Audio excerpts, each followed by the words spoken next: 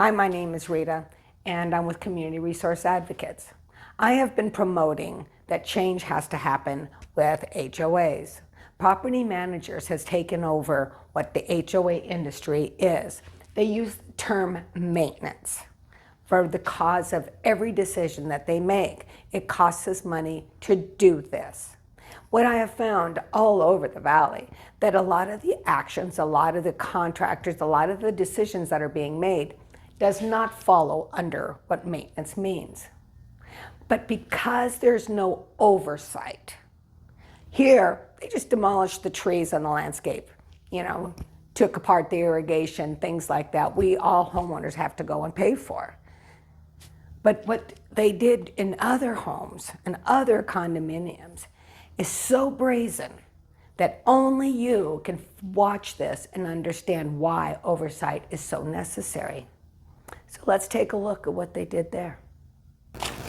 Hi, my name is Rita, and I'm with Community Resource Advocates, and I'm here with Enrique Mighty. Enrique. They have been trying to get rid of their property manager and board members for over 2 years. Over 2 years. They've proven that they haven't even had an election for over 3 years. Now we have two sections, right? Yes. We have a Masters Association and we have a Condos Association as well. Both were ran by the same management company. And did they have separate board members on each side? Yes, they did. Okay. So from what I understand, you've been collecting your signatures. Yes, we were.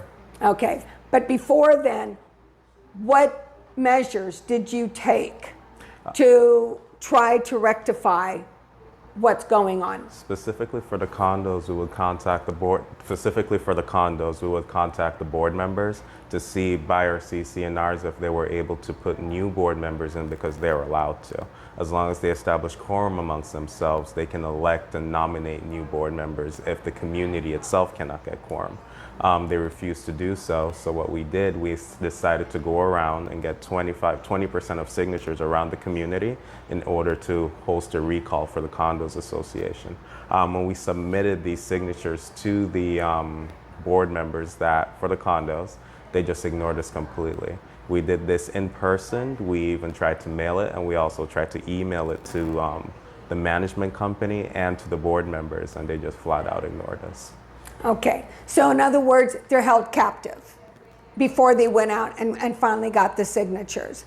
What were some of the red flags that made you want to have the board changed? We started off, this all started because we wanted our grass to be reseeded, right? Okay. But they said they couldn't even afford that.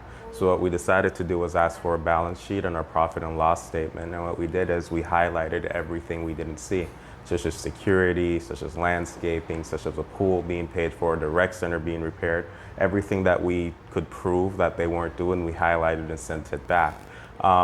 Since they weren't even acknowledging that, we said we need new board members in place to have more control over our financial situation. So there's been a lot of neglect. Money's going out, no accountability for what they're spending the money on. Do you know how much money is left in in your account? We asked for the most recent financial statement and they ignored us as well. Okay, so they can't even get access to what money is left at this point. So you finally got a new board in the master, correct? Yes, we've Okay. at least tried to get the election going for the Masters Association. And we've got five board members right now. Mm-hmm. And they're not given anything. So they're just, okay, we can make decisions, but what decisions do we make? We don't have access to any of our financials. We don't have access to any of our contracts. We don't have access to anything that anybody's been doing. Isn't it true that they also took your recreational centers and your pools and just filled it in and said, Deal with it pretty much. deal with it? So they no longer have the amenities that the CC&Rs claim that they do. Now, they still run the condo area.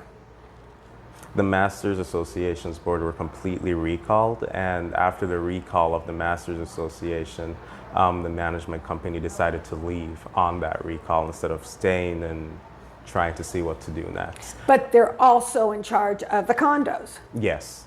And they haven't left the condos. No, they haven't. And you still don't have any access to financials. No, I can show you emails Paperwork, of everything where emails. you quote the revised statute says this is a public record for the association. Right. And as a member of the association, you have the right to see it, and they won't even respond.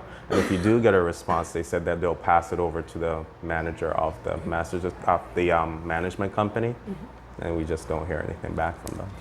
I walked through and I saw balconies where the bottoms are falling out, stucco's falling off of walls, huge amounts of water puddled everywhere. The maintenance in this community has very, very, very much been neglected. And they're still paying dues. We're going to tell you another story of how property managers have found ways to hold homeowners hostage. Okay, we're back. This is Maria Perez with the same community. What is the name? Maria Perez. The community name is Village of West Meadows. The Village at West Meadows. And you're in the master side. Yes, is that correct? I am the master side. Yes, Okay. that's right. And so you're the one that head up to help get all of these signatures. Am I correct? Yes, I am. Okay. Can you tell them that the exploitation of property managers out of homeowners, here's another small example of two people, what they did to them. We know there's more, we're just giving you two. Go ahead. Well, the first one that I know, because I've been talking to people around my neighbor, there is many, many stories, but this one caught my attention because this is a couple that her husband was sick during the pandemic. He was diagnosed with cancer, and they start making payments to the association, to the management company, because they cannot afford her. And when everything, well, it's not done yet. When everything passed and they were like ready to arrange payments, they went and talked to the people that is the PRM people, and they just ignored them and they sent them to the lawyer, to their lawyer. And they went over there too, and the same thing. They then made to pay $12,000 in 2 weeks. They don't have another options because they were going to court. Okay. They have to ask money from relatives, from wherever can help them. Another story, it's about a lady because she left her trash can outside, and of course she was fine. She recognized that she left, but she tried to talk to them, and because she was complaining about that, she was fined too. She was sent to court. She was. They made her. Not right now. She's paying over 10 years. Every 2 weeks, they're taking money out of her account. 10 years, every 2 weeks, they take money out of her account And for she- a one-time trash can left out front. And she haven't finished yet because all the time that when she received the invoice for every month, they added, and she called back, and then they don't want to talk to her, but they added another $3,000. And she said, when I'm gonna finish this? I'm so tired to be paying this. I talked to many people. I got a lawyer, but when I went to court, she said, he cannot go with me inside the court because they say that I have to do it by myself. So they even denied her, a lawyer to be with her in court, and the lawyer allowed it to happen because there's no law watching over property management companies. They can get away with anything they want to because there isn't a law telling them no. I'm here sitting with Maria Perez, and I want you to know her journey. You really need to understand the struggles that homeowners are having. Yes, well, everything started when we start calling PRM, let them know that what happened with the pool, and they were saying, oh, we are fixing the pool, but we are gonna, you have just to wait. Okay, then, well, I was not calling, it was my husband at that time.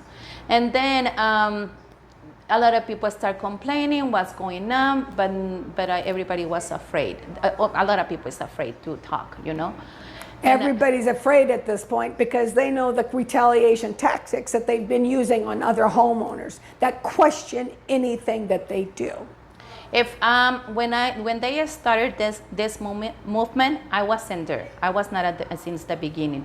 But then because I know what's going on, I've been living here for 16 years. 16 years. And when I moved over here, we have the pool, we have the recreation center, the gym. It wasn't a good condition, but it was, right. And also we have sweepers around our community. We have security. We have all that we were paying for and that we were told to pay for, right. And but little by little start this decreasing. Like no, we haven't seen security, we haven't seen landscapers. The pool is full of rock. They say they are gonna put a playground or they are gonna do something, but they never did. We have also a soccer field that we cannot even use. We cannot even use that one. So everything is depleted. Their recreational center's gone in the last 17 years. Their gym that wasn't in the best shape is now gone too. Their pool has been filled with rocks. Is it filled with rocks or Yes. just? No, actually rocks. They are filled with the gravel. With gravel. Okay, and so they can't use their soccer field. There's nothing. So what are we paying for, right? What did, you know?